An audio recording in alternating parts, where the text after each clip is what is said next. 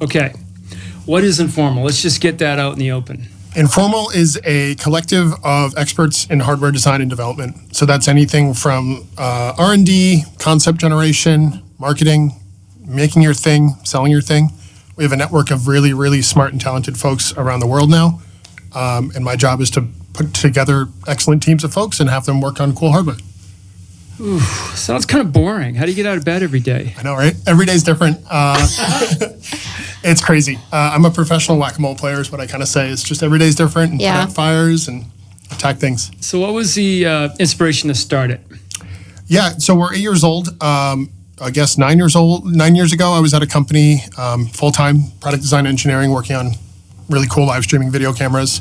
And it was a startup. So as a result, you work on something, you take a break, you work on something, you take a break. Hardware is very lumpy in the ways that it uses your time. And I got bored in the downtime. Mm-hmm. I have what I call bad brain. I like being busy. I like working on new things. And so I learned about freelancing and I learned about the exposure to different industries. So, during the day I was working on this live streaming camera. At night I was working on a smart mirror, a remote control car, a crazy variety of projects. And that was awesome. And I fell in love with it and wanted to do that full time. So I started on this path. And at the same time, I coincidentally met my co-founder, Nate. And guys, we need to make I'm like a chart. Yeah, chart. Maybe we could do that in post-production. Sorry, you met Nate. I met Nate. So parallel world. Nate was working at Quirky, fell in love with freelance, working at a makerspace. He and I met to talk about this course, Onshape, teaching Onshape for people who want to learn 3D modeling. Yeah. I know Onshape. We love Onshape. It's the best. Shout out Onshape. John McElhaney. Yeah. He's crazy. It's what they've done is, I could talk forever. But yeah, so I met Nate about that. Never actually talked to him about teaching this course. Instead, we talked about our love of freelance, our desire to do our own thing. And literally that night we started Informal. So we both were like, this is way more fun than working at a full company. Let's team up. You do marketing, I do hardware. And let's just poke our buddies and see if we can create this network. All right. So I understand why you guys wanted to form this and do it, but did you have any evidence that there was need for this? Well, things existed in the software world. So there was similar products that existed for building teams for web developers or app developers. Then there's Fiverr, Upwork, where, it's a little bit less quality control. It's almost a race to the bottom on pricing. And I had used it in the past and it was disappointing, right? So you put in a bid, everyone says, I'll do it for $50, and then you're outbid. So we figured, let's flip it on its head. Let's do high quality talent, focus solely on hardware. It's kind of a vertical there that no one's touching, and we can do a really good job at it based on our prior experience in this category. Wow. And it's worked so It far. seems credible. Yeah, right? Definitely credible. Yeah. I was going to ask,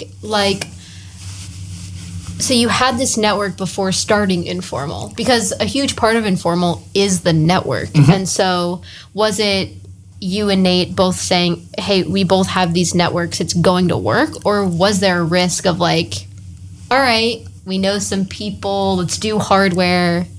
What was that like? It was way more impulsive than us sitting down and be like, is this the right move? So you literally started it that night. We literally started it that night. There was some thought, but not enough in hindsight to be like, should I be doing this all the time? And I think that was one of our good qualities is our impulsiveness and being like, let's not overthink it. Let's just do it. You guys were just being informal. We're being informal. It's on the hat. But we... Did you quit day jobs? Did you burn the boats and just go? Or was there a transition? Boats were gently burned a little bit. Actually, I eventually was part of a team that got laid off. And so I was on severance, which was this really nice on-ramp into freelance as well. It worked really well. But we didn't just have this network available. We had some friends that we knew. I was at MakerBot designing 3D printers before this, and that company kind of rose and collapsed and sent people all around the hardware scene in New York. Nate was at Quirky, similar thing happened. So we knew a bunch of people, and we were able to start poking people and convincing them to work with us. And then the magic happened, which was someone would say, you really need to talk to my friend. They're an amazing graphic designer or industrial designer. And the snowball started building. And that word of mouth referral process of high quality folks who are coming to us because somebody already says they're great, that's so much better than a contact us page. Yeah. And the quality to time spent vetting people, it's just really hard to do at scale. So we really, really prioritize referrals to this day. People who come to our network, it's the best. Wow.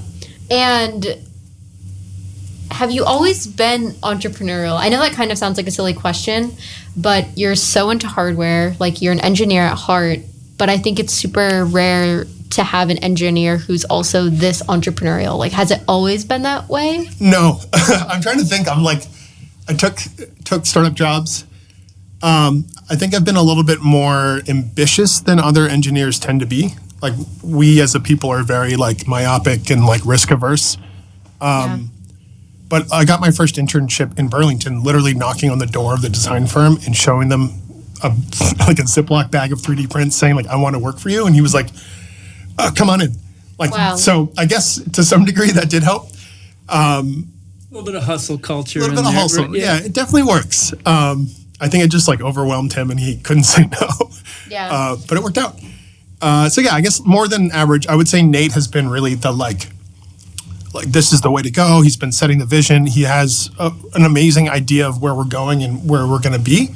And my superpower has been figuring out what needs to be done and just doing it. And I think that combination's been really, really awesome. So building our software, we had to literally write all of our software from scratch, and I took on that responsibility, and Nate's doing inbound sales. And so we're like, the analogy we used was like a gas tank and an engine. Yeah. And he's filling up the gas tank and I'm building the engine, and we want to make sure we're like equally building them so you don't blow up your engine or not have enough gas. And we just did a really good job of working in parallel on that kind of stuff. Oh, that's really neat. Awesome. Just give a couple examples of actual things you've made. I think that would be helpful just to ground it a little bit. Crazy spectrum. So we focus mostly on things roughly this big with batteries, circuit boards, plastic enclosures. We've worked on brain scanning headsets, put them on, scans your brain, hence the name. Burrito holder, literally like a giant chapstick tube, and you open it up and you put a burrito in. Brain scanning technology and a burrito holder. It's literally the bookends of what we've so done. You're saying you've got some flexibility. We've done a little bit of... You got range. We've got range. All right, I like Sorry that. to... No. It's a crazy spectrum. We're working on a camera that goes in a toilet right now. We've done robots that install solar panels. So like hardware. It's a crazy wide spectrum of what we've done and worked on. And that's the coolest part. Is every day is something completely different than the day before. I think that was just important to give people an idea of range of what here type of before hardware, we get to your current offering at the end here.